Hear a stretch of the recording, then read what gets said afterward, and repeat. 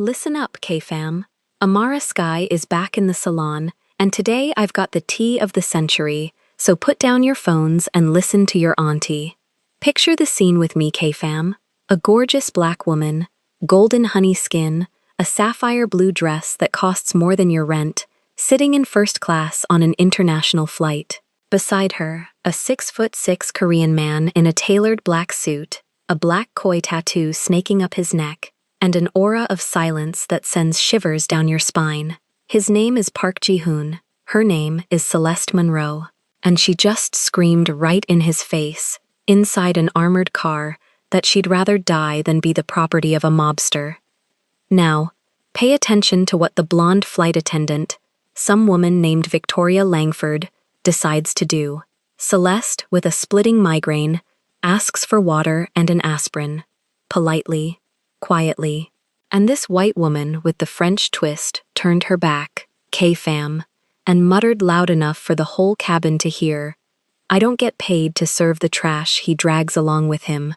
I heard that and almost shouted, "Agu," right there in the salon, because the very next second, Ji-hoon's seatbelt unbuckled.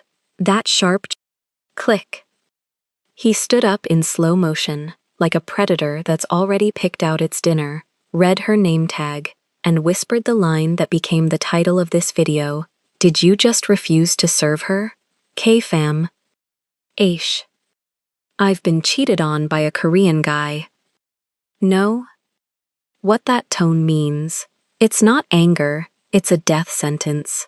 In less than 10 minutes, he's going to grab the cabin intercom, call the pilot, and order them to cut the engines and head back to the gate. At the 15-minute mark, he's going to tell Victoria she's just lost her job because he's just bought the entire airline. And at 20 minutes, K-fam, here's the craziest part. That same Celeste who screamed that she hates him is going to touch his jacket sleeve, whisper his name softly, and her hatred is going to start crumbling right there inside that empty plane. Mark my words, K-fam. What you're about to see over the next 2 hours isn't about mafia power. It's about the difference between a man who respects his wife in silence and a white woman who thought she could humiliate a black woman and get away with it. Fasten your seatbelts, grab your coffee, and don't you dare hit pause. Because this story, K-fam, this story, absolutely wrecked me. The armored Mercedes cut through the pre-dawn dark of Seoul like a black blade, and inside that leather and steel coffin, Celeste Monroe was breaking apart in the only way she still knew how, with her voice. Her sapphire silk crepe midi dress caught the flicker of passing streetlights and threw blue fire across her lap, and her hands, brown and steady on the outside but trembling underneath, were pressed flat against her thighs, like she was holding herself down to keep from flying apart. The ivory coat had slid off one shoulder. Her luxury silk press long bob framed a face that a week ago had smiled at cameras, at investors, at her own mother across a Sunday table in Baltimore. Tonight that same face was set in a fury so clean it could cut glass. "Your money is dirty, Ji-hoon," she said, and her voice was low, and it shook, and it did not break. "Your money is dirty, and you are dirty, and I would rather die in the trunk of this car than be one more thing you own." Park Ji-hoon did not move. He was seated across from her on the rear-facing bench, 6'3" of tailored black wool and terrifying stillness, one polished Italian Oxford resting on the other knee, the platinum Swiss watch catching light every time a lamp swept past. The traditional black koi tattoo climbed the left side of his neck out of the crisp Egyptian cotton collar of his shirt, a thin dark ribbon of ink that most men would have hidden and he wore like a signature. His almond eyes, cold, unreadable, held her the way a hunter holds a bird he has already decided not to shoot yet. And she saw it, the muscle in his jaw jumping once, twice, a tiny betrayal in a face built out of self-control. He was clenching his teeth around whatever he wanted to say. He said nothing. The tires hummed. A blue neon sign for a convenience store slid across the tinted glass and painted his cheekbone for a second and was gone. Somewhere in the front, on the other side of the smoked partition, The driver he had never once introduced her to took a corner so smoothly the whiskey in the built-in decanter did not shiver in its crystal. That was the world she was in now. A world where the whiskey did not shiver. A world where a black woman from Baltimore could scream that a Korean man's money was blood money, and the only thing that moved in response was one small muscle in his jaw. He chose silence like other men chose armor, like other men chose weapons. And Celeste, who had spent 30 years reading men in boardrooms and bedrooms and church pews, understood in that moment that his silence was worse than any answer he could have given her. His silence was a wall she was throwing herself against, and the wall did not care. His silence said, "You will scream yourself hoarse, and I will still be here, and at the end of the screaming, you will still be mine. Say something," she whispered. "Say one thing. Tell me I'm wrong."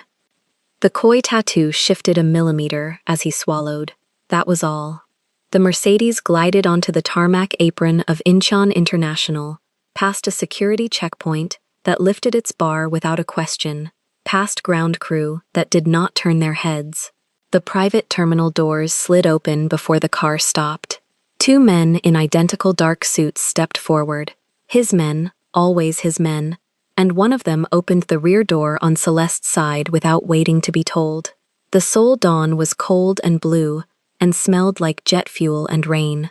She stepped out on the nude pointed pumps, and the small navy handbag knocked against her hip, and she did not look back at the man still sitting inside the car, still watching her, still saying nothing.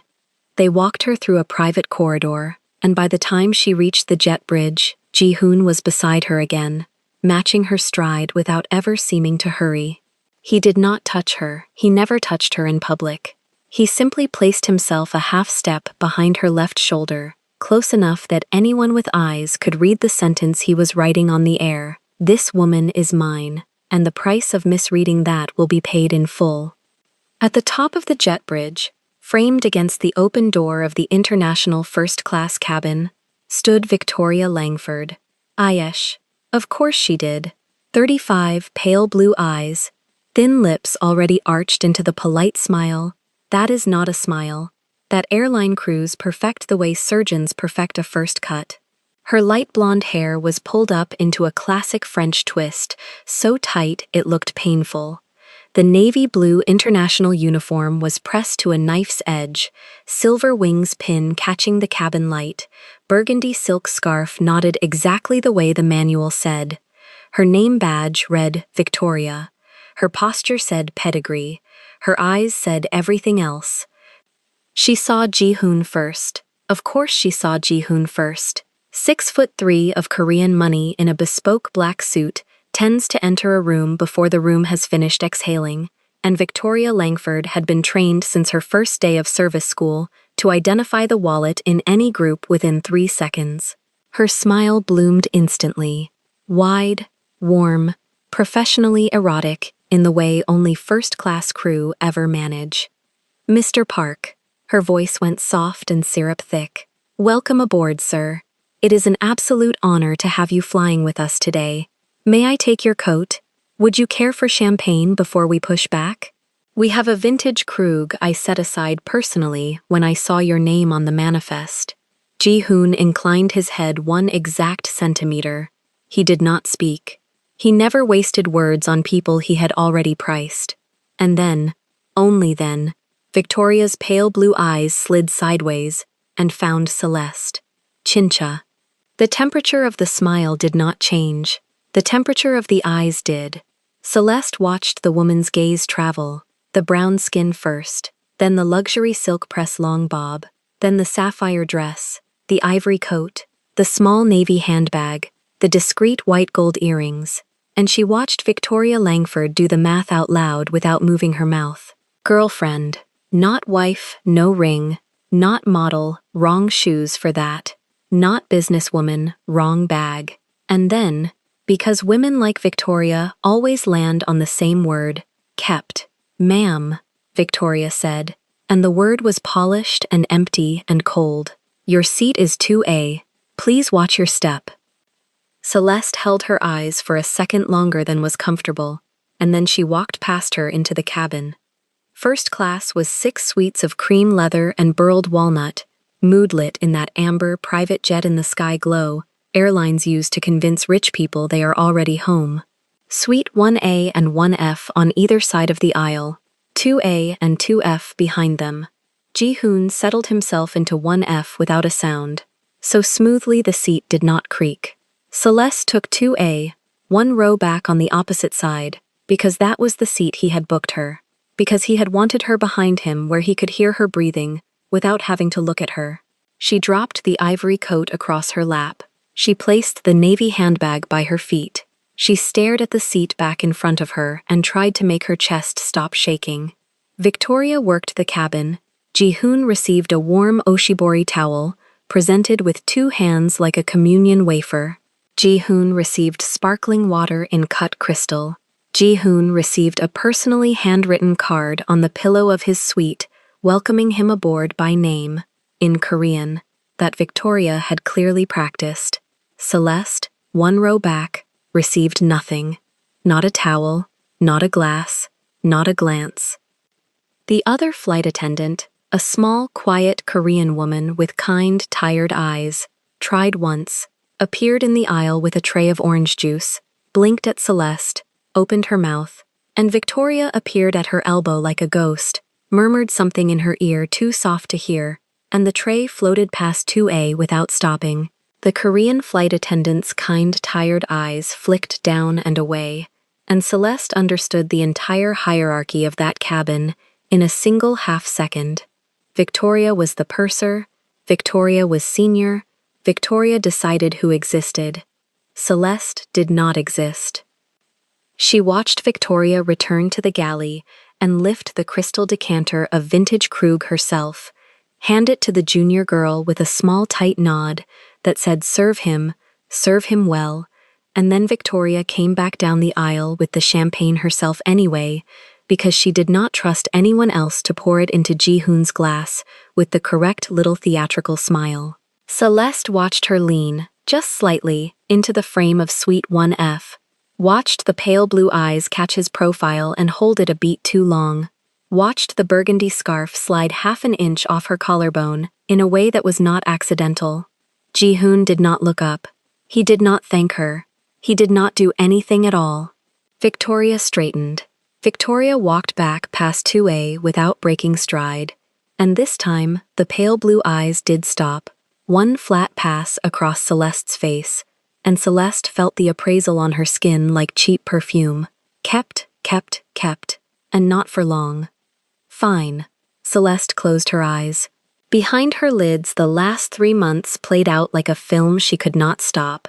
The charity gala where he had walked up to her at the bar and said her name before she had told it to him. The black Mercedes that started appearing outside her hotel. The flowers, the dinners, the terrifying tenderness of a man who had never learned to be tender and was trying it out on her like a language he was inventing as he went. The night she had found out what he was, the night after that, when she had tried to leave and he had said, in that flat, quiet voice, Celeste, there is nowhere, and she had known, standing in that marble hallway in her bare feet, that he was not threatening her. He was telling her the geography of her new life. The engines began their slow spool up. The captain's voice, calm and Korean and then calm and English, welcomed them aboard. The cabin lights dimmed 1 notch, and Celeste's temples, which had been humming since Seoul, bloomed into a full white-hot migraine that curled behind her eyes and squeezed. She pressed 2 fingers to her brow. She waited it out for 90 seconds. She could not wait it out anymore.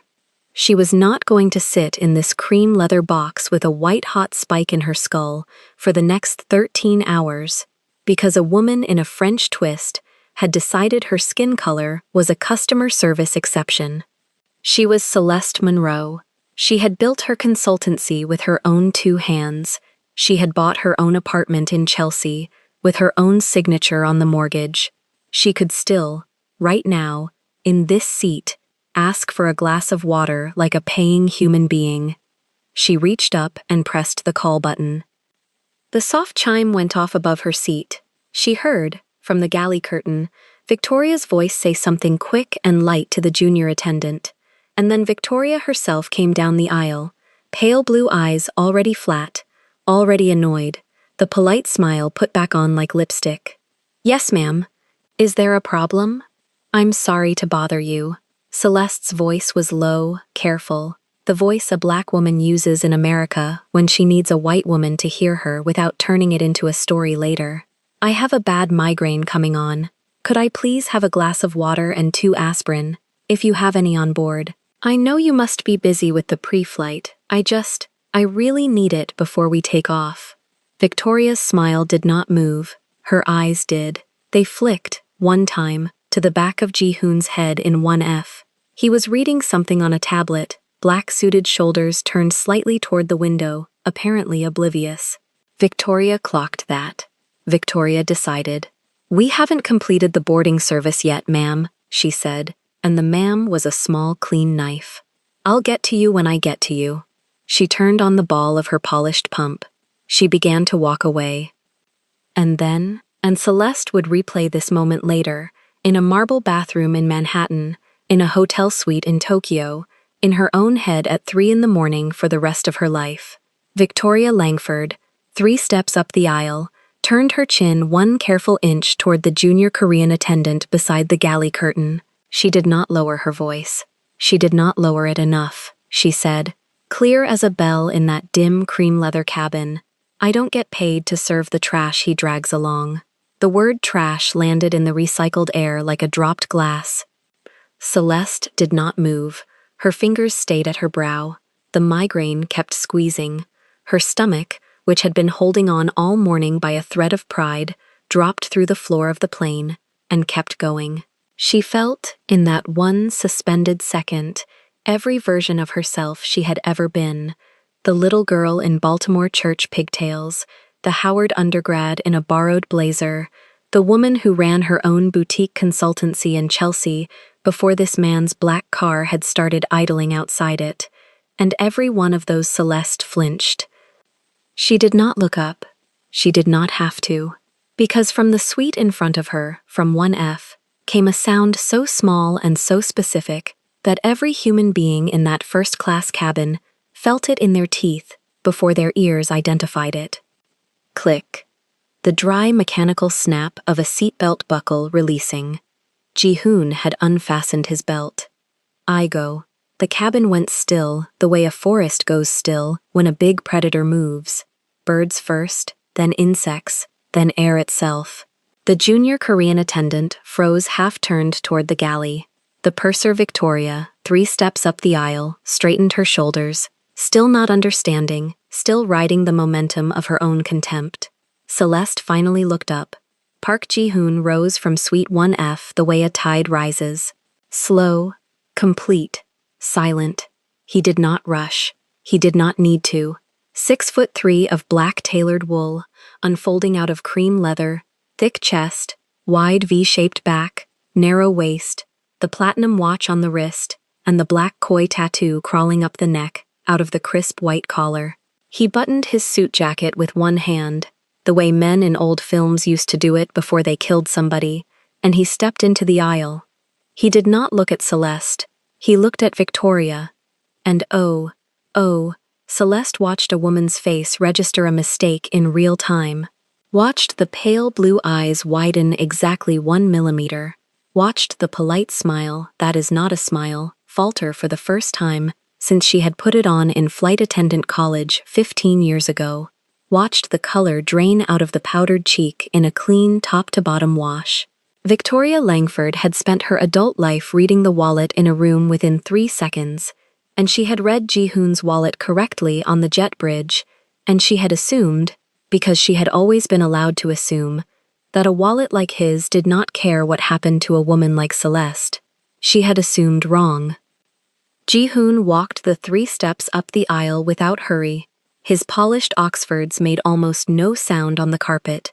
He stopped a comfortable distance in front of Victoria, not close enough to be threatening, which was the thing that made it threatening, and he tilted his head 1 exact degree, and he read her name badge. Victoria. His almond eyes, cold, unreadable, lifted to hers. He spoke. "Did you just?" he said, and his English was low and precise, and carried the faintest cut of soul consonants, sharpened on decades of London boarding schools. "Refuse to serve her?" His voice did not rise. That was the thing. His voice did not rise at all. It stayed exactly where it had been the whole flight, exactly where it had been in the Mercedes, exactly where it had been the first night he had said, "Celeste, there is nowhere." And because it did not rise, the 7 words landed in that cabin with the weight of a courthouse gavel. Victoria opened her mouth, closed it, opened it again. "Sir, I didn't. There must be some misunderstanding. I was about to bring her." "Did you just?" he repeated, in the same exact tone, at the same exact volume. "Refuse to serve her?" The repetition was worse than a shout. The repetition was the sound of a man who had already made his decision and was giving her one small ceremonial chance to admit the truth before he became the last problem she would ever have in this industry. Chincha, Celeste, from row 2 on the opposite side, could not breathe. Her migraine was gone. Her hands were freezing. She was watching the koi tattoo on Jihoon's neck flex once as he swallowed, and she was realizing, with a slow, horrifying clarity, that the muscle in his jaw was not jumping now. He was not clenching. He was calm. He was calmer than he had been in the car when she had told him he was dirty. He was calmer than any human being had a right to be while dismantling another human being's entire life. In row 2A, Celeste's fingers had gone cold around the armrest. She had watched, in her 30 years on this earth, exactly 0 men speak to a white woman in a uniform the way Jihoon was speaking to Victoria right now. Not a police officer, not a judge, not the CEO of the airline himself would have used that tone, because the CEO of the airline would have understood that a woman like Victoria was, in the end, one of his own. Jihoon did not understand that. Jihoon did not care. Jihoon had entered the cabin with a different set of rules entirely, and every human being in first class was, at this moment, being taught what those rules were. Victoria could not make her mouth work. A tear, one, hot, humiliating, involuntary, welled at the corner of her pale blue eye and clung there. Jihoon did not wait for her tear to fall. He turned his head 1 exact degree toward the galley curtain. "The interphone," he said, quiet, English again, addressing the small, kind Korean flight attendant who had almost brought orange juice. "Please." Her tired eyes went huge. She unhooked the black handset from its cradle in the galley wall and crossed the aisle and offered it to him with both hands, head slightly bowed, the way a person offers a knife to an executioner. He took it without looking at her. He thumbed the button that opened the direct channel to the flight deck, and Park Ji-hoon, standing 3 feet from Victoria Langford, in a first-class cabin at the top of a jet bridge at Incheon International, with the engines already spooling and the boarding door already sealed, lifted the interphone to his mouth and said, in a voice so calm it stopped Celeste Munro's heart in her chest, "Captain, this is Park Ji-hoon in Suite 1F. Cut the engines. Return this aircraft to the gate. Now." The line went dead in his hand, but Ji-hoon did not move. He stood in the aisle of that first-class cabin, with the phone still cradled against his ear, and every single passenger in every single suite understood, in that half-second, that something in the atmospheric pressure of the plane had just shifted. It was not fear yet. Fear takes time to bloom. What arrived first was recognition.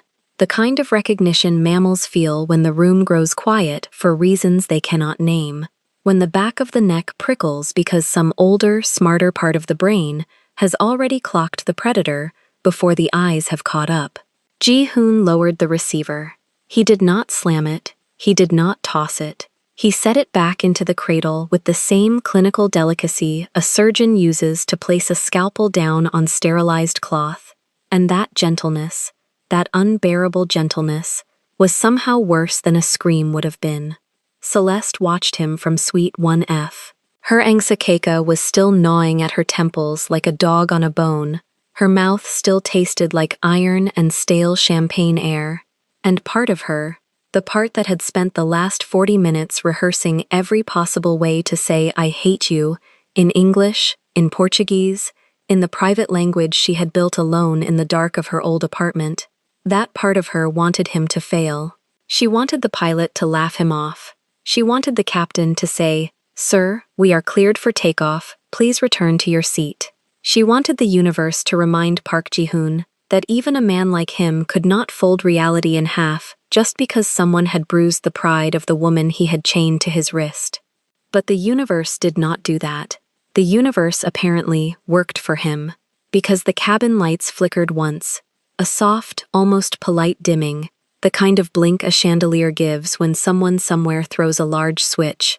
And then, from beneath the fuselage, from that deep mechanical belly where turbines had been spooling into their pre-taxi hymn, there came a sound Celeste had heard maybe twice in her entire life and never on a plane already committed to leaving. The engines wound down, not the gentle idle of a hold pattern, the full, descending, reluctant sigh of turbines being told to shut their mouths. The pitch dropped an octave, then another, then it slid into silence, and the silence was so complete that Celeste could hear the ice cubes settling in the untouched glass, 3 suites down. Victoria Langford, standing at the galley curtain with her spine still cocked in that trained little arch of superiority, felt the sound arrive at her ears before her brain agreed to translate it. Her chin lifted, her pale blue eyes tracked left, then right, then found the small overhead panel where the cabin crew received in-flight status pings, and she saw, in real time, the little green indicator that had been reading taxi shutter, and turned to return to gate. Her thin lips, still arched in that automatic polite smile she had put on this morning like a piece of jewelry, faltered. Not much, a millimeter. But it faltered. And a millimeter, Ji-hoon noticed. He noticed everything. He turned. He did not stride. He did not stomp. Park Ji-hoon walked back down the aisle of that first-class cabin the way Winter walks into a room when someone leaves a door open, quietly, comprehensively, and without asking permission.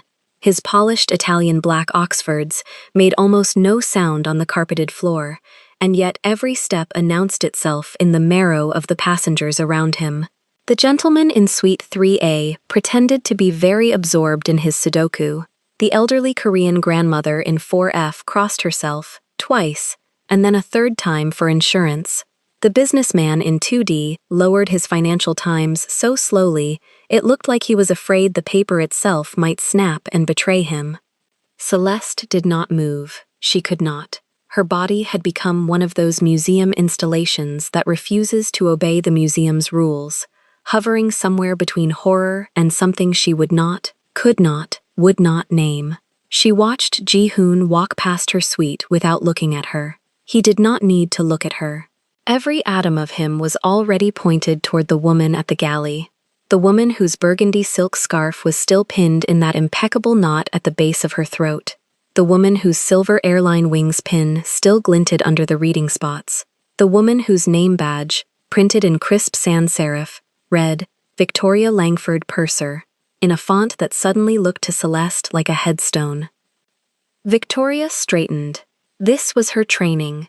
12 years, 3 carriers, 47 cross-continental routes, a folder of commendations back at the crew base thick enough to stop a door.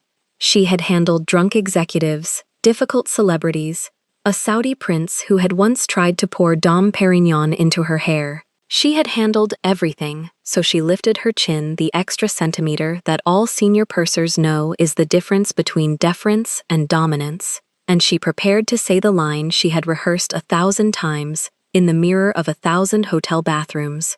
"Sir, is there anything I can assist with?" She did not get to the "sir." Ji-hoon stopped exactly a foot in front of her, not 2 feet, not 18 inches, a foot, the precise conversational distance a Korean businessman would give a peer, and therefore, in this specific context, the precise distance a Korean businessman would use to strip a stranger of her rank in front of witnesses. His head tilted, 1 degree, maybe 2, in the direction of the small rectangular badge pinned above her left breast pocket. His eyes, those almond-shaped, extremely dark, extraordinarily unreadable eyes, dropped to it. Read it. Read it slowly. Read it the way a prosecutor reads the name of a defendant into the record. Victoria Langford, he said. His voice was soft, the kind of soft that carries, the kind of soft that a professional singer uses in the last row of a concert hall when they want every ear to lean forward. The kind of soft that a father uses right before he takes something away. Victoria's smile did not fall, because smiles that are held together by professional glue do not fall, they only crack, and hers cracked at both corners in perfectly matching hairline fractures. Yes, sir. Is there something I can— Did you just refuse to serve her? The question landed in the cabin like a coin dropped on marble. It did not shatter anything, it only rang, and it kept ringing, a small, cold tone that traveled from sweet to sweet, that slipped under the little privacy screens, that curled around the champagne flutes and the untouched macadamia nuts, and the linen napkins folded into swans, and it made every human being in that first-class cabin stop breathing for the count of 1 full second. Victoria's professional glue held, barely. Sir, I'm not sure I understand the question. If your companion needs anything, of course, I did. He did not raise his voice. He did not need to. He simply stopped her sentence with a single hard consonant, the way a surgeon stops a hemorrhage with a single hard clamp. You just refuse to serve her. Every word was its own island. Every word was placed on the air with the care of a chess master setting down a queen. Victoria's pale blue eyes flicked, once, involuntarily, to Celeste. It was the wrong move. It was the worst move. And because Ji-hoon saw the flick, and his own gaze followed it, and for a slow, terrible instant, everyone in the cabin was reminded that this man in the bespoke black tailored suit, in the crisp Egyptian cotton white shirt, with the discreet traditional black koi carp tattoo running down the left side of his neck and disappearing under his collar, this man was not the boss of a company. He was the boss of a world. And Celeste Monroe, in her deep sapphire blue silk crepe midi dress, in her long structured ivory coat, with her luxury silk press long bob catching the reading spots in a curtain of glossy black-brown, was the sovereign territory of that world, and Victoria had just, moments ago, spat on the flag. Sir, Victoria tried a small conciliatory tilt of her French twist, the classical head angle of the trained hospitality professional. There has been a misunderstanding. I would be delighted to bring your— You said, and now Ji-hoon's voice descended one more terrible half-step, that you were not paid to serve the trash he drags along. The word trash landed, and every passenger flinched, even the ones pretending not to listen, because Ji-hoon had not raised the word. He had lowered it. He had said it the way a man returns a knife to its owner, hilt first, polite and unhurried, and the returning was the threat. Victoria's mouth opened, closed, opened. She had been sure, absolutely sure, that when she had murmured that little sentence into the galley, that little private, professional, oh so satisfying release of contempt, no one had heard. She had turned her back. She had lowered her chin. She had used the register she used only for jokes shared with fellow senior crew about the wives of oil sheiks and the mistresses of tech billionaires. She had been careful. She had been so careful. But Ji-hoon had heard.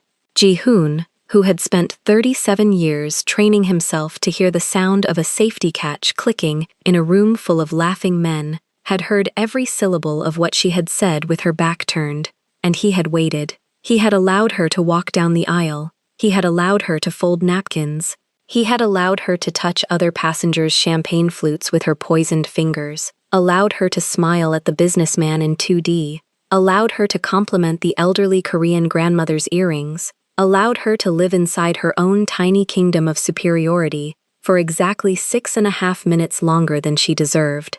He had been waiting for the engines to spool. He had been waiting for her to think she had gotten away with it. He had been waiting for the plane to commit to leaving so that when he yanked it back, the yank would be felt. Celeste, in her suite, gripped the armrest of her seat. The luminous makeup, the delicate liner, the rosy nude lip, none of it disguised the way her deep brown skin had drained a full half-shade paler under the reading spots. Her enxaqueca had gone silent, because the body only allows one emergency at a time, and her body had decided that whatever was unfolding in the aisle 6 feet away was the larger fire.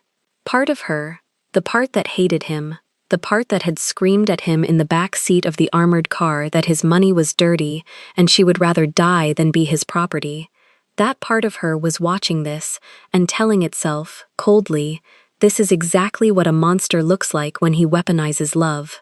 And another part of her, a part she would not admit existed, a part that lived in the small hollow at the base of her throat, where his eyes had briefly rested when he had said her name earlier. That part of her was watching Victoria Langford unravel, and thinking hollowly, oh no. Ji-hoon extended one hand, not to Victoria, to the space just above her left breast pocket. His long, elegant fingers, steady, unhurried, marked with the platinum Swiss watch and the small white gold signet ring, hovered a bare inch above the little silver airline wings pin. He did not touch it. He did not need to touch it. He simply hovered, and the hover was a promise. Miss Langford. His voice softened again, and the softness this time was the softness of expensive silk being drawn slowly across a blade. In approximately 4 minutes, this aircraft will complete its return to the gate. When the jet bridge reconnects, ground staff will come aboard. They will escort you off. They will confiscate that badge and those wings. By the time you reach the crew room, your access credentials will have been revoked. By the time you reach the parking lot, your union will have been notified that your termination is being processed under a for-cause clause that I will personally draft. By the time you reach your car, the airline's board will have received a formal offer of acquisition from 3 of my holding companies, structured in a way that closes before Monday markets open. By the time you sit down in your kitchen tonight, Miss Langford, you will no longer work in this industry, not on this continent, not on any continent that respects reciprocal aviation agreements. Do you understand me? Victoria did not answer. She could not. Her thin lips had parted the way they part when the brain has ordered the mouth to say something, and the mouth has instead decided to shut down all non-essential functions. Ji-hoon waited. He waited the way winter waits. Patient, certain, absolute. Miss Langford, softer still. I asked you a question. Do you understand me? Yes. It came out as a rasp. Her carefully rehearsed contralto had cracked into a thin, dry whisper, the whisper of a woman who has just noticed, for the first time in her adult life, that the floor she has been walking on is actually a trapdoor, and someone else, not her, is holding the release. Yes, sir. I understand. Good. He straightened. Not much. 1/2 a degree, but it was enough that his broad shoulders, his thick chest, that wide V-shaped back tapering to the narrow waist, seemed to reclaim additional cubic space in the cabin, as though the plane itself had exhaled and given him room. Now, step aside. Do not speak to my wife again. Do not look at my wife again. Do not stand in a room that also contains my wife. When the ground staff arrive, you will present your wrists for the removal of your wings pin and your name badge with your eyes on the floor. If you deviate from these instructions by so much as a syllable, I will make certain that every single one of my instructions to the airline's board carries an additional footnote regarding your personal file, and I promise you, Miss Langford, that the footnote will follow you into your children's college applications. Am I understood? He did not phrase it as a question anymore. It was a statement. She nodded. Once. The French twist wobbled at the pins. Ji-hoon turned his back on her.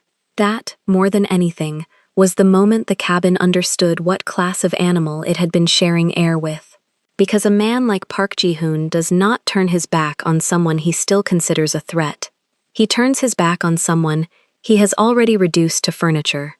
And when he did it, one slow, contemptuous rotation of those bespoke black-tailored shoulders, Victoria Langford ceased, in the eyes of every other passenger in that first-class cabin, to be a person at all. She became a uniform, an empty uniform with a pinned French twist standing at attention beside a galley curtain waiting to be collected.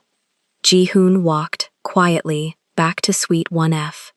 Celeste watched him come. She had been holding her breath so long that the small silver clasp of her navy-structured leather handbag on the console beside her had begun to shimmer at the edges of her vision. Her deep brown eyes, large and expressive and suddenly wet in a way she despised, tracked him step by step. The koi carp tattoo down the left side of his neck moved with him, a black ripple of ink under the collar of the crisp Egyptian cotton white shirt, and she found herself unable to stop looking at it. He stopped at the threshold of her suite. He did not enter. That, too, was deliberate. He waited. He waited for her to give him permission she had not, in any technical sense, ever granted him before. Celeste. His voice, when it turned to her, was a different instrument entirely. Not soft-blade silk, not surgical clamp. Something lower. Something almost apologetic. If a man like Park Ji-hoon were capable of apology, which he was not, and yet the sound sat somewhere adjacent to it, in the country next door to it. "Are you all right?" She should have said something withering. She had rehearsed the withering things. She had a whole cabinet of them, alphabetized.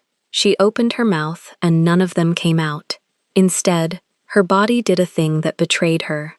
Her hand, her right hand, the one still wearing the small, discreet white gold earrings twin ring on the third finger, lifted, unsteady, from the armrest. It rose the 6 inches of air between her seat and the sleeve of his bespoke black jacket. It hovered there, at the black wool of his cuff, the way his fingers had hovered at Victoria's wingspin, not touching, not yet, only threatening to touch. And then, without her permission, without her consent, without any coherent plan whatsoever, her fingertips settled onto the fabric. The touch was nothing. It was less than nothing. It was the weight of 2 feathers laid onto a mountain. And Ji-hoon, who had just, 3 minutes earlier, ended a woman's professional life with the tone of voice one uses to order coffee, went absolutely, completely, terrifyingly still. His shoulders, those extremely broad, athletically thick shoulders, did not drop. His jaw, that sharply sculpted, oval diamond jawline, did not soften. His eyes did not warm. He simply stopped, mid-breath, and looked down at the small, warm brown fingertips resting on his sleeve, as if she had placed a live bird there, and any wrong movement would kill it. "Ji-hoon." Her voice came out low, rough, barely her own. She did not use his surname. She did not use his title. She used the name his mother had used, the name only 3 people alive were still permitted to use, and she used it as a question and a leash at the same time. Enough. He did not speak. His almond-shaped, extremely dark eyes tracked from her fingertips, up the pale cream of her ivory coat sleeve, across the sapphire blue silk crepe of her collar, up the graceful line of her throat, past the softly defined cheekbones, and settled, finally, on her large, expressive, dark brown eyes. And in the fraction of a second before his rigid predator posture cracked, she saw it. The thing she had told herself for the entire 6-week engagement did not exist. The thing she had insisted, screaming in the back of the armored car this very morning, was only ownership dressed up in prettier clothes. She saw the small, minuscule, catastrophic softening at the outer corners of his mouth. She saw the terrifying self-control loosen half a notch in his throat. She saw him, actually saw him, for the first time as something other than an obelisk of Korean money and menace. And the softening scared her more than the menace ever had. Because it meant that when he had made those phone calls, when he had grounded a commercial jetliner on a taxiway, when he had promised to end a woman's career 3 continents deep, he had not done it out of pride. Pride would have been survivable. Pride she could have hated cleanly. He had done it because someone had said the word trash within earshot of the woman whose fingertips were currently resting on his sleeve, and that, apparently, in the private moral universe of Park Ji-hoon, was an offense that required the reallocation of continence. Her hand did not move. His hand, slow, careful, the platinum Swiss watch catching the reading light in a small cold flash, rose from his side. It hovered a bare inch beneath hers. It did not touch. It waited. It waited the way winter waits. Celeste closed her eyes. When she opened them again, the cabin had gone quiet in a new way, not the quiet of dread, the quiet of witness. Every passenger in every suite had, without agreement, decided to pretend to be somewhere else. The businessman in 2D had lifted his Financial Times to full mast. The elderly Korean grandmother in 4F was murmuring a small blessing in Busan dialect that Celeste, who spoke no Korean, still somehow understood. And Victoria Langford, in the galley curtain, had lowered her eyes to the black polished pumps she would, in exactly 2 minutes and 40 seconds, be walking out of forever. Ji-hoon lifted his eyes from Celeste's hand at last. He did not smile. Park Ji-hoon did not smile. But he inclined his head half an inch, the smallest bow a Korean gentleman gives to a woman whose sovereignty he has just defended in public. And then he turned his face very slightly toward the still-closed suite door, toward the aisle, toward the world beyond, and Celeste understood, with a lurching quiet horror, that whatever was about to happen next, whatever came after the ground staff and the confiscated wings, and the SOS he was already, silently, planning inside that dangerous, perfect head of his, whatever came next was going to happen behind a closed door, in a cabin emptied by his command, with a glass of water, and 2 aspirin, and the 2 of them alone. And her fingertips, resting on the black wool of his sleeve, did not move. And her fingertips, resting on the black wool of his sleeve, did not move. They stayed there, 5 small points of warmth against a fabric that had never been warm in its life. And something in the cabin shifted so completely that even the recycled air seemed to pause and listen. Park Ji-hoon looked down at that hand. He looked at the deep brown skin of her knuckles against the deep black of his sleeve, at the delicate curve of her wrist where the sapphire cuff of her dress ended, at the way her fingertips trembled, not from fear now, but from the raw, unfamiliar act of touching him first. And for 1 full second he did not breathe. His shoulders, those extremely broad shoulders that had been coiled up around his ears like a wolf getting ready to lunge, dropped. Not much, half an inch, maybe less, but she felt it. She felt the whole architecture of his rage lose a single load-bearing beam. He did not look at Victoria Langford again. He did not need to. Victoria, still frozen in the aisle 3 feet away, with the burgundy silk scarf strangling her throat, and both hands twisted into that airline blazer like she was trying to hold her own ribcage together, understood in that moment that she had already ceased to exist inside this man's field of vision. She had been erased. The only thing left in Park Ji-hoon's world was 5 brown fingertips on black wool and a whispered name that had done what no bodyguard, no threat, no gun had ever done in his adult life. It had slowed him down. But slow did not mean stopped. Oh no. Slow just meant precise now. Slow meant surgical. Slow meant the kind of controlled violence that leaves no fingerprints and no witnesses, and no company standing by mourning. He turned his face, only his face, the rest of that 6'3" predator's body still angled protectively over Celeste's armrest, and his cold almond eyes swept up the aisle to the small brushed steel panel mounted on the bulkhead beside the galley curtain. The interphone. That little beige handset that connected the cabin to the flight deck. He had flown in this exact aircraft configuration hundreds of times. He knew where every button was. He knew which one rang the captain and which one rang the purser, and which one triggered the all-cabin PA.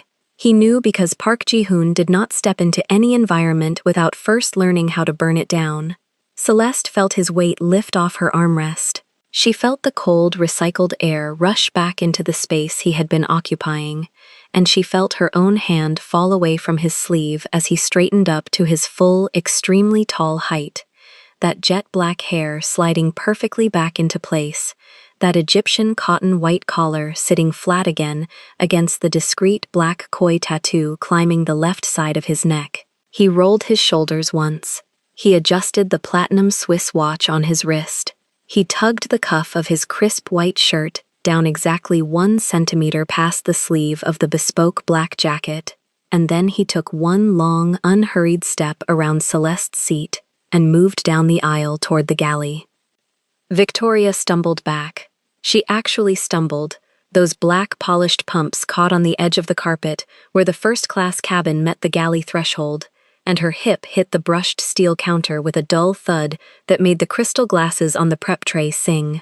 Her light blonde French twist, still perfectly pinned, was now the only thing about her that looked composed. Her pale blue eyes had gone glassy. Her thin lips, which 2 minutes ago had arched into that artificial polite smile, were now pulled back tight against her teeth in something that was trying very hard not to be a whimper.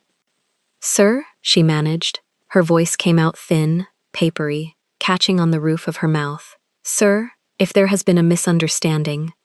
Park Ji-hoon did not answer her. He did not look at her. He walked past her the way a man walks past a chair, and he reached up with one long hand, the hand with the white gold signet ring, and he lifted the beige interphone from its cradle on the bulkhead. He pressed a single button, the button that rang the flight deck. Direct line, captain only. Celeste watched from her seat. The enormous window behind her still showed the taxiway lights sliding past in that slow, choreographed dance of an aircraft aligning for takeoff, but she could feel it now. The engines had already begun their spool up, that deep-throated whine climbing from below the floor, the vibration walking up through the ivory pumps she had slipped off her feet, up through the calves of her nude hosiery, into her knees. Any second now, the captain was going to call for cabin crew to be seated. Any second now, the nose of this aircraft was going to lift and point them across the Pacific toward Incheon. Park Ji-hoon held the interphone to his ear. He waited exactly 1 ring. Then his voice, that low, quiet, unaccented English voice that in the last hour had barely climbed above a murmur, did something Celeste had never heard it do. It did not raise in volume. It sharpened. It became a blade held flat against the throat of the man on the other end. "Captain," he said, "this is Mr. Park in seat 2A. Cut the engines. Return to the gate now." There was a pause on the other end, a short one, long enough for a professional airline captain, 30 years on the flight deck, to open his mouth and begin the sentence every captain begins when a passenger tries to give him an order. Park Ji-hoon did not let him finish that sentence. "Captain," he said again, and this time the blade turned edge on. "I am not making a request. I am the majority shareholder of the parent holding company of this airline as of 40 seconds ago. You will confirm with your dispatch. You will cut power to the number 1 and number 2 engines. You will return this aircraft to gate C42. You will do it now. If this aircraft leaves this taxiway, you will not fly again. Not here, not anywhere. Are we clear?" It was not a question. He did not put a question mark on the end of it. He put a period, and that period landed in the flight deck like a dropped anvil. There was another pause, a shorter one this time, and then, faintly, tinny through the little beige handset, the captain's voice came back, and Celeste, even from 6 feet away with the galley curtain half drawn, could hear the professional flatness of it crack right down the middle. "Understood, Mr. Park. Returning to the gate." Park Ji-hoon did not say thank you. He did not say goodbye. He simply lowered the interphone from his ear, slid it back into its cradle on the bulkhead with the exact same care he might use to holster a weapon, and then he turned his head, slowly, 1 degree at a time, until his cold, almond-black eyes were pointing directly at Victoria Langford. The whine under the floor changed pitch. Everyone in that first-class cabin heard it. The engines were spooling down, not up, down. The vibration in the ivory pumps at Celeste's feet dropped by half. The aircraft, which had been rolling in a slow, measured drift toward the runway threshold, began, with the ponderous, unhurried authority of something that weighs 400 tons, to arc gently to the left, back toward the terminal, back toward gate C-42. A murmur went through the 11 other first-class passengers. Someone in seat 4B, a white-haired man in a Zegna suit, sat up straight and said, "Excuse me, what is happening?" in the offended tone of someone who has paid $12,000 for a flat bed. A woman in 3F whispered something in French to her partner. The purser, an older Korean woman named Mrs. Han, who had been standing quietly at the front bulkhead the entire time, took 2 brisk steps forward, with her hands folded in front of her, opened her mouth to intervene, saw Park Ji-hoon's face, and closed it again. She did not move. She did not breathe. She had worked international premium cabins for 22 years. She knew what a man like this looked like the second she saw one. She knew that whatever was about to happen in this cabin was already over. The only thing left was the paperwork. Park Ji-hoon took 1 step toward Victoria. Victoria, pinned against the galley counter, hips still throbbing from where it had hit the brushed steel, pearl earrings trembling, silver airline wings pin catching the overhead reading light in a nervous stutter, tried one last time to save herself. She lifted her chin. She straightened her spine. That impeccably trained international carrier posture drilled into her over 11 years of service, and she reached for the only weapon she had left. Procedure, rank, the invisible institutional armor of a woman who has always been believed over women who look like Celeste Monroe. "Sir," she said, and her voice found some of its old crispness, "I am going to have to ask you to return to your seat. FAA regulations require—" "Victoria Langford," he said. He said her full name. He read it off the silver name badge on her chest without looking at the badge, because he had already read it 40 seconds ago when he had leaned in low over Celeste's armrest and asked, in that lethal whisper, whether she had just refused to serve the woman in seat 2A. He said her name the way a judge reads a name off a sentencing docket. Full, formal, final. "Victoria Langford," he said again, and now he took the second step, and Victoria's back pressed so hard into the brushed steel edge of the galley counter that Celeste heard the burgundy silk scarf snag on something and pull. "You have flown for this carrier for 11 years. Your employee ID is on that badge.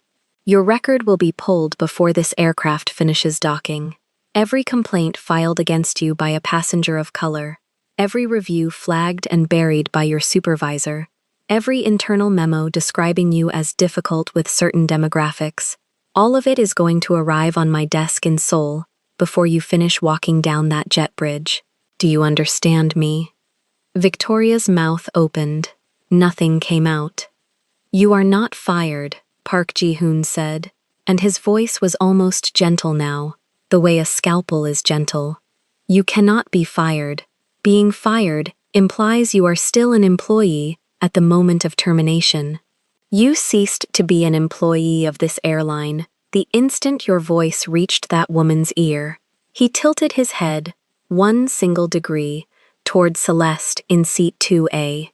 He did not turn to look at her. He did not need to. Every human being in that cabin already knew who that woman was. "You will not be walked off this aircraft. You will not be escorted through the terminal. Federal marshals will meet this aircraft at the gate. You will be removed under investigation for a civil rights complaint that I will personally attach my name to.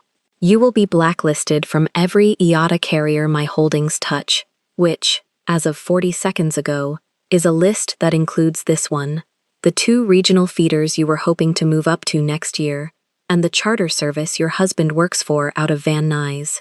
Are we clear?" Victoria made a sound. It was not a word. It was the small, wet catch of a throat trying to swallow something that would not go down. Celeste, in seat 2A, watched all of this with her heart hammering so hard against the sapphire silk crepe of her dress that she could feel the fabric shiver over her sternum. She had, for 1 full hour, imagined every terrible thing Park Ji-hoon might do to a person who had insulted her. She had imagined violence. She had imagined a hand raised, a bone broken, a face marked. She had imagined the kind of thing whispered about in the back rooms she had been dragged through in the last 6 weeks, the kind of thing that turned men who had crossed him into rumors, and rumors into empty chairs. She had braced herself, without even meaning to, for the sight of blood on white shirts. And instead he had done this. He had picked up a beige handset. He had bought an airline. He had erased Victoria Langford's entire career with 16 sentences delivered in a voice that had not risen above a low, measured murmur. He had not touched her. He would not touch her. He would never need to touch her. He had done something colder than that. He had walked into her institution, the institution that had shielded her, and he had turned that institution against her. And by the time this aircraft finished docking, she would no longer have a name, a badge, a pin, a scarf, or a country in which she could work. The taxiway lights outside the enormous window had reversed direction now. They were sliding past in the other direction. Slowly, the pitch of the engines had dropped again, deeper this time, into that low, idle drone of an aircraft preparing to dock. Through the window, in the far distance, Celeste could see the terminal building resolving out of the pre-dawn dark, the pale rectangles of gate lights lining up one after the other along the concourse. C-38, C-40, C-42. Mrs. Han, the older Korean purser, stepped forward at last, not to intervene. Not anymore. She stopped 6 feet from Park Ji-hoon, folded her hands in front of the navy blue skirt of her uniform, and bowed. A small, precise 90-degree tilt of the head that acknowledged, without any words at all, exactly what had just happened in her cabin, and exactly who was in command of it. Park Ji-hoon did not return the bow. He gave her one single dip of his chin, the smallest possible acknowledgement, and Mrs. Han, recognizing a dismissal when she received one, turned smoothly on her heel and walked to the front bulkhead to prepare the cabin for arrival. Park Ji-hoon reached into the inside pocket of the bespoke black tailored suit. He drew out a slim black phone. He did not unlock it. He did not lift it to his ear. He simply held it, screen down, against his palm. A signal to every eye in that cabin that the call had already been made, the wheels had already been set in motion, and the paperwork Victoria Langford was about to disappear inside of had already begun to print itself in 3 different offices on 2 different continents. He turned his back on her. That was the last thing he did to Victoria Langford. He did not scream at her. He did not strike her. He did not spit at her feet. He turned his back, that wide V-shaped back in bespoke black wool, and by the simple act of turning his back he informed her, and the 11 other passengers in that first-class cabin, and Mrs. Han the purser, and the captain on the flight deck who was currently guiding 400 tons of aircraft back toward gate C-42, that Victoria Langford had already been thrown away. Victoria slid 2 inches down the brushed steel counter. Her knees, in the black hosiery, did not quite buckle. She caught herself on the edge of the galley prep tray. The crystal glasses sang again, one thin, nervous note, and then went silent. Park Ji-hoon walked back down the aisle toward seat 2A. He walked slowly, not the coiled predator's slowness of a minute ago. Something else now, something that had lost its edge along the way, and had not yet found a new one. His footsteps did not make a sound on the first-class carpet. His arms swung once, evenly, at his sides. The platinum Swiss watch caught the overhead reading light in one bright wink. The discreet black koi on the left side of his neck slid back down under the crisp white collar as he tilted his head forward to look, for the first time since he had lifted the interphone, at the woman in seat 2A. Celeste sat very still. Her small navy-structured leather handbag was on her lap. Her ivory pumps were still slipped off her feet. Her long, structured ivory coat was folded over her knees like a blanket. Her hair, the luxury silk press lob, glossy straight, shoulder-length, deep side part, had fallen forward slightly, and one strand curved down against her softly defined cheekbone. Her large, expressive, dark brown eyes were wet, but no tear had fallen.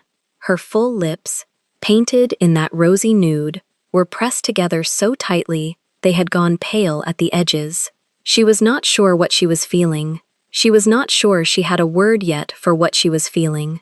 She only knew that the man walking down the aisle toward her had, for her, and for a stranger's insult, delivered under a stranger's breath, purchased an airline. He stopped in the aisle beside her armrest. He did not sit down. He did not lean over her the way he had leaned over her a minute ago. He straightened his tie, a small automatic gesture, black silk against white shirt, and he looked at her, and for one long, silent moment inside a first-class cabin, where every other passenger had learned, very quickly, not to look at either of them, Park Ji-hoon and Celeste Monroe simply held each other's eyes. "Are you all right?" he said, low, quiet, just for her. Celeste opened her mouth to answer. She had 1,000 answers. She had no answers. She had 6 weeks of rage stored behind her teeth, and 1 hour of ice-cold silent treatment behind her ribs, and she had, right now, on her lap and in her chest and behind her eyes, the impossible, unbearable knowledge that this man, this cold, unreadable, terrifyingly self-controlled Korean man in a bespoke black suit with a koi tattoo on his neck and a platinum watch on his wrist, had just, in front of the entire first-class cabin of an international carrier, aimed the full weight of his empire at a single woman for the crime of speaking poorly to her. She could not speak. She nodded once, small, wordless. The strand of silk-pressed hair against her cheekbone moved. Park Ji-hoon's jaw, that sharply sculpted jawline, the one that had been so tightly locked for the last hour that she had watched a single vein climb the side of his temple, softened. Not visibly, not to anyone else in the cabin, but she saw it, because she had been staring at that jaw for 6 weeks, and she knew every microdegree of its tension. It softened by 1 degree, and 1 degree was enough to know. He did not touch her. He did not sit. He simply nodded back, once, the same small wordless nod she had given him, and then he straightened up to his extremely tall height and stood there, in the aisle beside her seat, like a wall between her and the rest of the world, while the aircraft outside the window rolled the last 200 feet toward Gate C-42, and the jet bridge, pale and mechanical in the pre-dawn dark, began its slow, inevitable extension toward the fuselage of an airplane that, 1 hour ago, had belonged to somebody else, and now belonged to him. The aircraft did not stop the way normal aircraft stop at normal gates. There was no cheerful bell, no cabin-wide announcement about welcoming everyone to their destination, no soft chatter of a flight crew preparing to open doors and release 200 grateful passengers into the morning. Instead, the huge white body of that trans-Pacific jet rolled the last few meters toward Gate C-42, in a silence so heavy it pressed against the windows from the outside. And inside that silence, Celeste Monroe sat in seat 2A with her forehead almost touching the cold glass, watching the jet bridge crawl toward the fuselage like a pale mechanical arm reaching for a body it had been ordered to claim.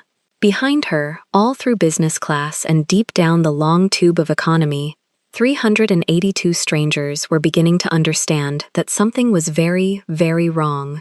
And none of them, not a single one, understood that the reason their lives had just been rearranged at 4:30 in the morning was a black woman in a deep sapphire blue silk crepe dress who, 40 minutes ago, had politely asked for a glass of water and 2 aspirin for a migraine. Park Ji-hoon stood in the aisle beside her, one large hand resting on the top of her seat, the other still curled loosely at his side, and the koi carp tattoo on the left side of his neck moved a fraction of a millimeter every time he breathed, as if the fish itself were listening for a sound the rest of the cabin could not hear. He was not looking at Celeste. He was looking down the aisle, past first class, past the drawn curtain that separated the sinners from the saved, straight into the galley where Victoria Langford was pretending, badly, to organize a tray of untouched glasses.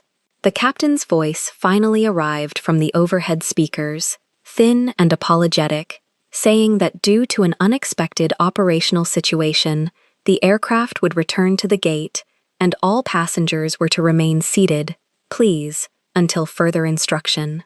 The word unexpected fell into the cabin like a stone into shallow water.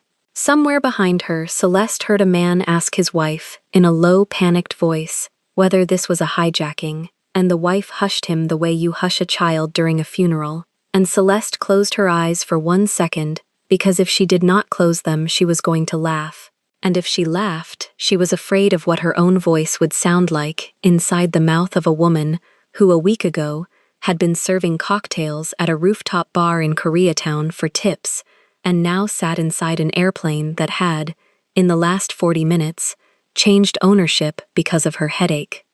The jet bridge kissed the fuselage with a small mechanical thud, and the moment it did, the forward door of the aircraft opened, not from the inside, but from the outside, and through it walked 3 men in dark suits who had not been on the passenger manifest at 4:30 in the morning and whose faces Celeste had never seen before in her life. They did not look like airline employees.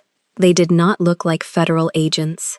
They looked like an extension of Park Ji-hoon's shadow, and they moved the way his shadow moved, without hurry, without apology, without any need to explain themselves to a cabin full of people who had paid for a very different morning. The tallest of the 3, a Korean man with a shaved head and a scar running through his left eyebrow, met Ji-hoon's eyes across the length of business class, gave a single small nod, and turned his attention immediately to the galley curtain. Ji-hoon spoke without raising his voice. He said, in Korean, 3 words that Celeste, in her 7 days of borrowed captivity inside that penthouse, had already learned to recognize by shape, if not by meaning, and the tall man nodded again and stepped past the curtain into the galley. Victoria Langford's small, polite gasp was audible even in 2A. Then the tall man's voice, low and courteous in perfect English, saying, "Ma'am, please gather your personal belongings and follow me."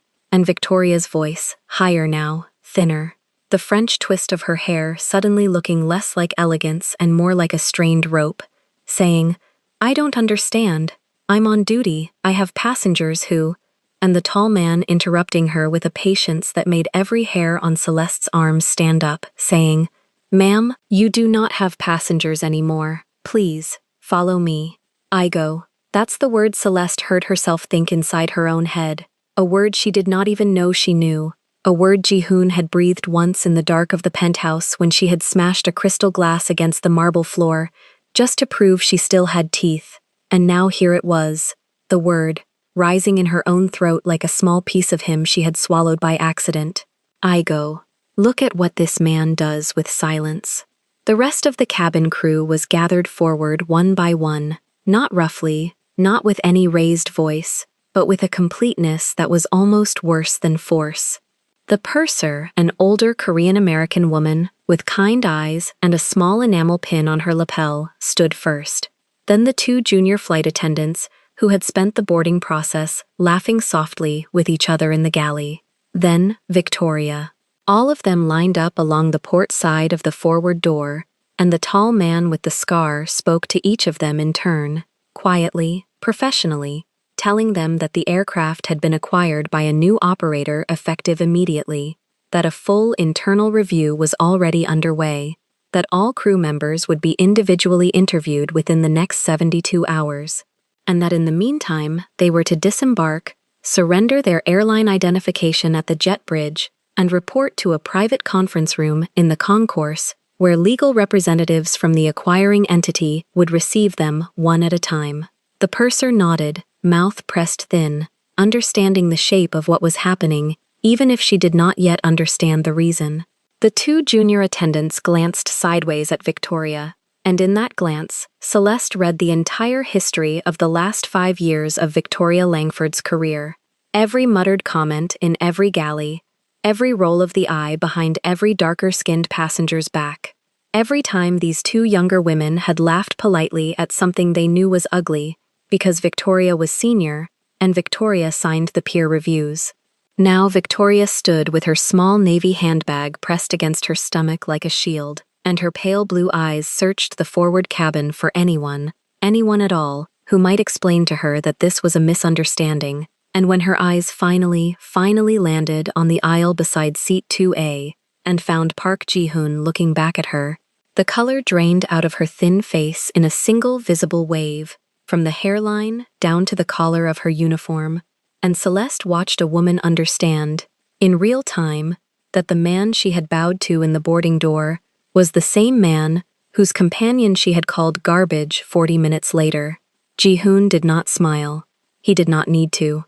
He simply held Victoria's gaze for the length of one long, slow breath, and then he did something that was somehow worse than any word he could have spoken. He looked away. He dismissed her. He turned his face down toward the top of Celeste's head, and Victoria Langford, senior international purser with 14 years of seniority, ceased, in the geography of that man's attention, to exist. The three suited men escorted the crew off the aircraft through the forward door in a single controlled line, and the moment the last polished pump crossed the threshold, one of them turned and pulled the door closed behind them from the inside with a soft, final, hydraulic sigh. Now the cabin was sealed. 382 passengers, one black woman in seat 2A, one Korean man standing beside her, and the low industrial hum of an aircraft that no longer had anywhere it needed to go. The captain's voice returned overhead, more composed this time, informing everyone that due to a change in operational control the flight was officially cancelled, that ground staff would begin deplaning through the rear doors in an orderly manner within the next 15 minutes, that all affected passengers would be rebooked at no cost onto the next available departure, and that the airline sincerely apologized for the inconvenience. The word airline, Celeste noticed, was pronounced with a very small hesitation, the way you hesitate before saying the name of a person you are no longer sure is alive. Somewhere in economy, a baby began to cry, and its mother's whispered shushing floated forward through the fuselage, like a small, ordinary human sound, trapped inside a very extraordinary morning. And then, in the middle of all of it, the hum, the crying baby, the sighing door, the slow shuffling of 200 rows of confused humans gathering their carry-ons in the back of the plane. Celeste Monroe did something she had promised herself, over the last 7 days of gilded captivity, that she would never do again. She lifted her right hand from her lap. She reached across the small space between her seat and the aisle, and she touched him. She touched the sleeve of his bespoke black jacket, just above the wrist, just where the crisp white cuff of his Egyptian cotton shirt broke against the black wool. Her fingertips, dark against the black fabric, warm against the cool weave, rested there for the length of 3 of his heartbeats, and she felt, through the cloth, the slight tension in the tendon of his forearm, as if he had been carrying a weight, and only now, only at her touch, was allowed to set part of it down. She did not look up at him. She did not trust her own face. She kept her eyes on the small navy handbag in her own lap, on the discreet white gold earring reflected faintly in the darkened window, on anything, anywhere, other than the man whose sleeve she was now touching in front of 382 strangers, and she whispered his name. Not the name the world used, not boss, not sir, not Mr. Park. The name, 2 syllables, quiet, careful, offered up out of the private dark of a penthouse where she had spent 7 nights refusing to speak them out loud. Ji-hoon. Something in him broke, not visibly, not to any of the 382 other people in the cabin, none of whom, in that moment, were looking at 2A. But Celeste felt it under her fingertips, the way you feel a wall shift a single millimeter after an earthquake nobody else registered. The tendon in his forearm softened. The koi carp tattoo on the left side of his neck stopped its predatory listening and simply rested. His breath, which for the last 20 minutes had been running on the metronome of a man walking toward violence, changed its rhythm, slowed, deepened, became for 1 second the breath of an actual human being standing next to a woman who had just said his name into the dark. He did not move his arm, He did not cover her hand with his. He did not, for the love of God, look at her yet, because he understood, better than she did, that if he looked at her right now in front of 382 witnesses, everything that had happened in the last 40 minutes would show on his face, and he was not yet, willing to give the cabin that gift. He only breathed.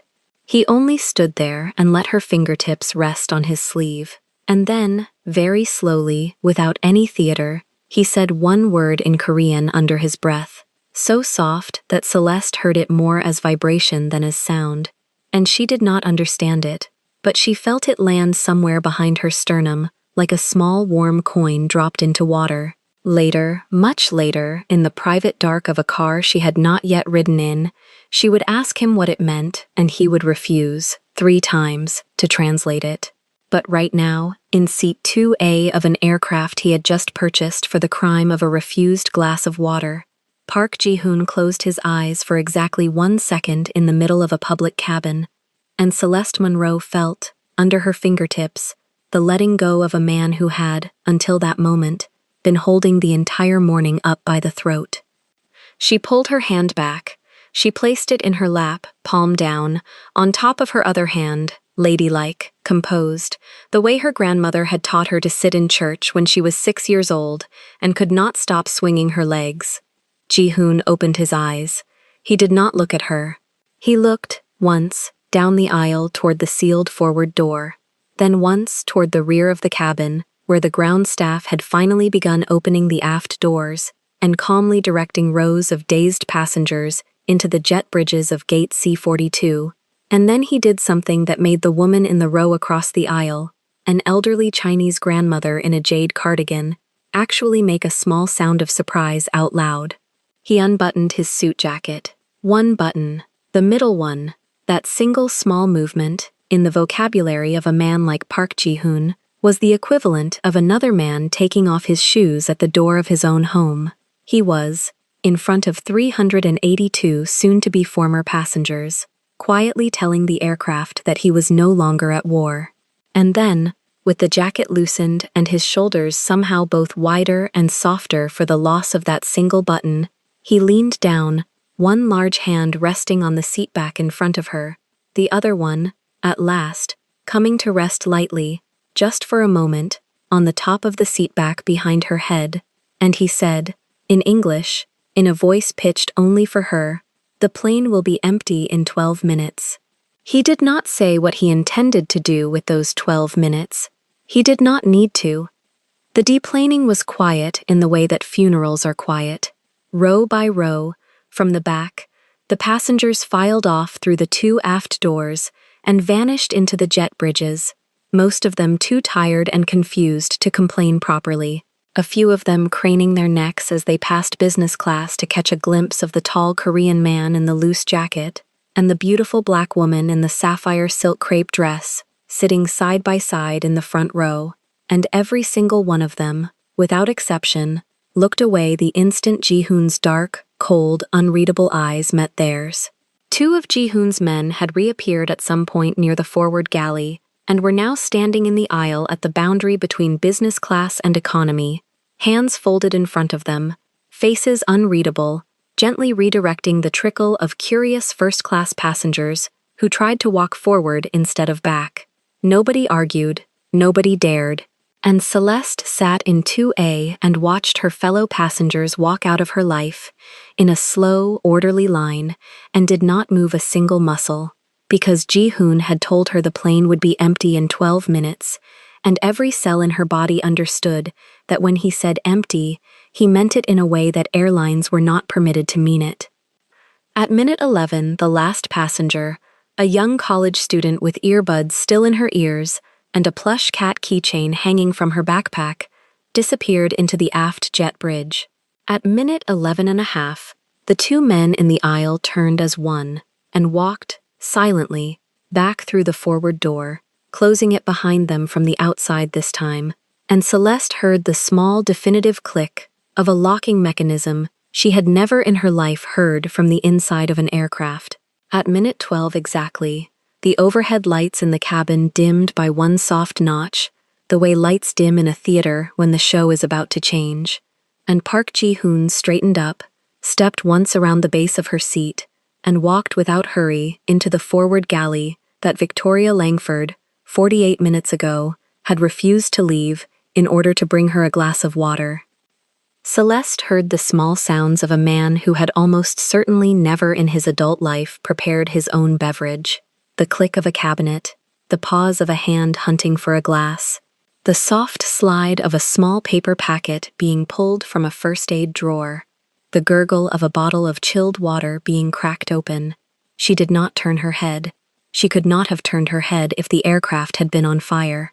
She sat in 2A with her hands folded in her lap and stared straight ahead at the drawn curtain of business class as it moved, 1 inch, in the recirculated air, and she felt her own carefully constructed hatred, the 7-day fortress of rage and dignity and defiance she had built around herself brick by brick in the penthouse in Koreatown, begin, quietly, without her permission, to lose one wall. Not all of it, not most of it.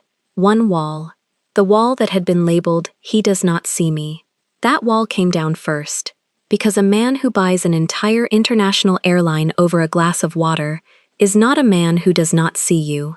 He may be many things, terrifying, controlling, criminal, dangerous in ways she could not yet name, but blind he was not, and deaf he was not, and indifferent he most certainly was not. And Celeste Monroe, who had spent her entire adult life being told by softer men that she was too much, sat in seat 2A of a grounded aircraft at gate C-42 and felt the ugly warm confusion of a woman discovering, at 4:50 in the morning, that too much was, apparently, exactly the right amount for the wrong kind of man. He came back down the aisle. He was carrying, in his enormous scarred hand, a small clear plastic cup of chilled water. 2 round white aspirin tablets sat on a folded paper napkin, balanced on top of the cup like a tiny offering. He knelt. He actually knelt, on one knee, in the aisle beside her seat, so that his face was, for the first time all morning, below hers, and he set the cup and the napkin gently on the fold-down tray table in front of 2A, and he said, in English, quietly, almost politely, "Water, aspirin, for the headache." His voice, up close, without the length of a room between them, was warmer than she had ever heard it in 7 days of penthouse silence. It was the voice of a man in his own house. Celeste's hands, folded so ladylike in her lap, began to shake. She pressed them harder against each other. It did not help. The migraine, which for the last 40 minutes had been drowned out by the louder pain of humiliation and the louder pain of astonishment, came roaring back up her spine into her temples in a bright hot wave. She reached for the cup. Her fingers brushed his. Neither of them pretended it was an accident. He steadied the cup for her while she picked up the 2 aspirin, placed them on her tongue, and drank. And the water was cold and clean and tasted like every glass of water she had ever been denied in every white marble airport of her adult life. All at once, all forgiven, all replaced. She swallowed. She set the cup back down. She finally looked at him. His almond-shaped, extremely dark, extremely cold eyes were, at that distance, at that hour, in that empty cabin, no longer cold. They were watching her the way a man watches something he has just decided, in the last 12 minutes, that he will not, under any circumstances, ever again allow the world to insult. And Celeste Monroe, kneeling captive, silk crepe queen of a plane she had never asked to own, opened her mouth to say something proud and cutting, and appropriately hateful, and instead heard herself, in a voice she did not recognize as her own, whisper, "Thank you." He did not smile. He did not answer. He only reached up, very slowly, with the hand that had steadied the cup, and, with the back of one knuckle, brushed a single strand of glossy luxury silk press hair away from her temple, tucking it, with the care of a man handling something breakable, behind her ear.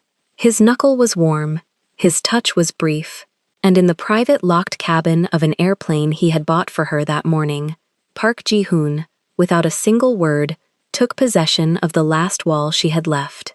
So that's it, K-fam. Amara Sky, turning off the blow dryer and staring at the camera like she's seen a ghost. Let me tell you something I learned the hard way, taking some tough knocks in Koreatown. When a black woman walks into a space not made for her, whether it's first class, a high-end salon, or a Korean mobster's table, there's always a Victoria Langford showing up, thinking she can yank on the leash. Always. And the world has spent centuries teaching us to just swallow it, smile, and apologize for existing while looking too damn good. But Aish. K-fam, what Ji-hoon did in that cabin, that cut the engines, return to the gate now order, that ice-cold call buying the entire airline just to wipe a woman's name tag off the roster, that wasn't just mobster romance. That was a man telling the world, in Korean shouted right through my silence, "This woman is my responsibility, and you will respect her, even when she can't stand the sight of my face." And look, I've been cheated on. I've said it 1,000 times on this channel, so you know I have zero patience for romanticizing bad boys. But what wrecked me in this story was the touch on the sleeve, K-fam, that moment when Celeste, who'd spent an hour screaming she'd rather die than be his property, touched his suit jacket and whispered his name, and that lethal posture just gave way. He went to get the water himself. He brought the aspirin himself. 6 foot+ of mobster down on his knees, serving the woman that white flight attendant had called trash. Mark my words, K-fam, hate and desire live on the same street. And when a man chooses silence as his armor instead of shouting back, and when a woman touches his sleeve instead of lashing out, something very dangerous is born right there. Now I want to hear from you, my loves. Drop a comment below. If you were Celeste on that empty plane, migraine subsiding, hatred all muddled, and Park Ji-hoon was kneeling there handing you a glass of water, would you have the heart to keep hating him? Or would you, like me, have already melted by the third aspirin? Give it to me straight, no holding back. I read every single one. And if you've made it this far and still haven't hit the subscribe button, Aish. K-fam, what a letdown. Hit the bell and select all, because next week I'm back with another Korean Mafia story that'll have you locking your bedroom door to watch in secret. And if you're new here, scroll over to the Secrets of the Korean Mafia playlist and binge watch with me. Amara Sky, closing up the salon, putting away the polish, and blowing a kiss to each of you. Take care of your hearts, K-fam, and remember, when a Victoria shows up in your life, you don't need to scream. Sometimes, the silence of someone who loves you buys the whole airline. See you next time.